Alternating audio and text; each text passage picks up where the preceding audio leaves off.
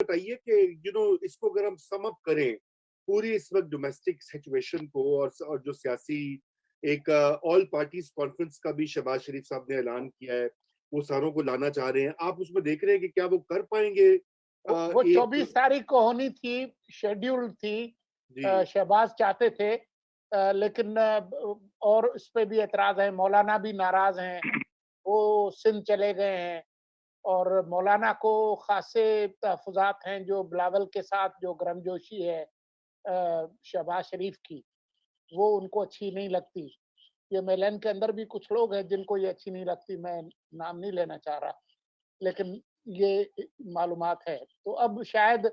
جولائی کے دوسرے ہفتے میں ہو، کیونکہ 4 جولائی کو سوات میں جلسہ ہے پی ڈی ایم کا، تو اس کے بعد ہی ہوگی۔ دیکھیے نا، جب یہ اے پی سی کی بات چلی تھی تو میرا تجزیہ یہ تھا کہ یہ شہباز شریف اور بلاول کی کوشش ہے کہ کسی طریقے کے ساتھ، کیونکہ پی ڈی ایم میں تو پیپلز پارٹی جا نہیں سکتی، لاس آف فیس ہو جائے گا اور نہ ہی دعوت ہے، تو کسی طریقے سے پی ڈی ایم کو کسی اور نام سے ریوائیو کیا جائے، مگر ایجنڈا شہباز شریف اور بلاول بھٹو کا ہو، مریم اور نواز شریف اور مولانا کا ایجنڈا نہ ہو۔ تو اس لیے اے پی سی کر کے، اور اس میں ریزن یہ دیا گیا کہ ہم الیکٹرل ریفارمز کے اوپر چاہیں گے کہ سب لوگ آئے وہاں، تاکہ کوئی نان کانٹروورشل سی بات ہے کہ ہاں الیکٹرل ریفارمز کی تو ہونی چاہیے، مگر اس کو ایجنڈے، اس کو اے پی سی کے پلیٹ فارم کو کیا جائے تاکہ پی ڈی ایم جو ہے وہ نمبر نہ لگایا جائے۔ تو پی ڈی ایم نے تو آگے پلان کیا ہے نا جلد سے جلوس والا، جولائی اگست میں، تو ان کا یہ کوشش تھی کہ کسی طریقے کے ساتھ وہ تھوڑا سا ایجنڈا جو ہے اس کو شفٹ کر کے اے پی سی پلیٹ فارم پہ لایا جائے، مگر اب وہاں بھی آپ دیکھ ہی رہے ہیں جس قسم کے پرابلمز آنے شروع ہو گئے ہیں۔ اس اے پی سی میں ابھی آپ بتا رہے ہیں کہ مولانا نے انکار کر دیا کہ وہ نہیں جانا چاہ رہے، اور ہو سکتا ہے اور بھی لوگوں نے کہا ہو کہ it's not a good idea, اور وہ ابھی بھی پی ڈی ایم کو ریوائیو کر کے اور اس کو چلانا چاہ رہے ہو۔ اور جیسے میں نے پہلے کہا تھا، میں ابھی بھی وہی کہتا ہوں، talk talk fight fight. Shahbaz Sharif صاحب، آپ نے کرنا ہے کر لیں، ہم نہیں روکتے، آپ کامیاب ہوں گے 100 سلام، اگر کامیاب نہیں ہوں گے، جوتے ہم نے نہیں کھانے، جوتے آپ ہی کھائیے۔ ہم نے اپنا پی ڈی ایم کو برقرار رکھنا ہے، ہم نے اگر نہیں ہے پیپلز پارٹی نہ صحیح، آپ آئیں یا نہ آئیں ڈزنٹ میٹر، ہمارے پاس تو مریم نواز ہے اور مولانا ہے،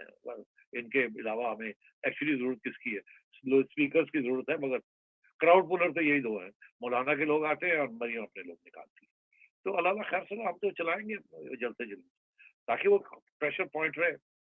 اب آپ یہ کہہ رہے ہیں کہ اے پی سی بھی جو ہے وہ بھی اب کوئی ڈیٹ نہیں دی جا رہی، حالانکہ پہلے یہ کہا گیا تھا کہ یہ 24 کو ہوگی۔ اس کا مطلب ہے کہ وہ بھی ایک انیشیٹو جو ہے، وہ گاڑی جو ہے نا آگے کسی کھڈے میں پڑ گئی ہے اور وہاں سے دھکا لگا کے نکالنا پڑے گا اس کو۔ میرا پی ڈی ایم کی جو گاڑی ہے وہ 3 پہیے پہ چل تو رہی ہے مگر رک نہیں رہی، وہ رکتی بھی ہے تو انجن سٹارٹ رہتا ہے اور وہ 3 پہیوں پہ چل رہی ہے۔ تو اس لیے میں سمجھتا ہوں کہ یہ دونوں چیزیں ساتھ ساتھ چلیں گی، شہباز شریف صاحب کے انیشیٹوز کبھی ادھر سے کبھی ادھر سے،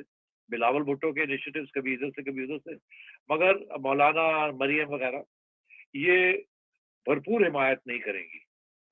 آئیں گے، بیٹھیں گے، اپنی بات کریں گے، مگر یہ نہیں کہ کوئی فل فلیجڈ اس کو سپورٹ کریں گے، بیکاز دے فیل کہ یہ اصلی بات تو کچھ اور ہے، یہ تو صرف ٹائم گین کرنے کی بات ہے فار دی اسٹیبلشمنٹ۔ بالکل بالکل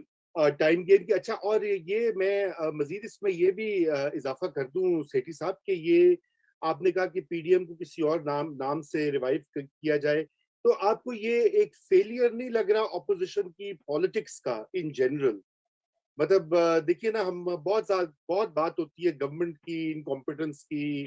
اور نااہلی کی، یا غلط پلاننگ جو ہوئی ہے، پوری اسکرپٹ جو ہے وہ پٹ گیا ہے، مگر یہ ساتھ ساتھ ہماری اپوزیشن پارٹیز جو ہیں یہ بھی they are not up to this game. ان کا بھی جو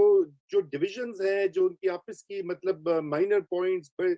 میجر پوائنٹس کے اوپر they have been unable to forge a united stand۔ تو آپ اس کو کب یہ اور یہ سیاسی پارٹیوں کا بالعموم ایک جنرل فیلئر بھی تو ہے۔ رضا، یہ کوئی نئی بات تو نہیں ہے نا، جیسی الیکشن ہوئی تھی اس وقت نون لیگ نے بالکل کوئی کوشش نہیں کی کہ انڈیپینڈنس کو گھیر کے اور پنجاب میں حکومت بنائی جائے۔ جب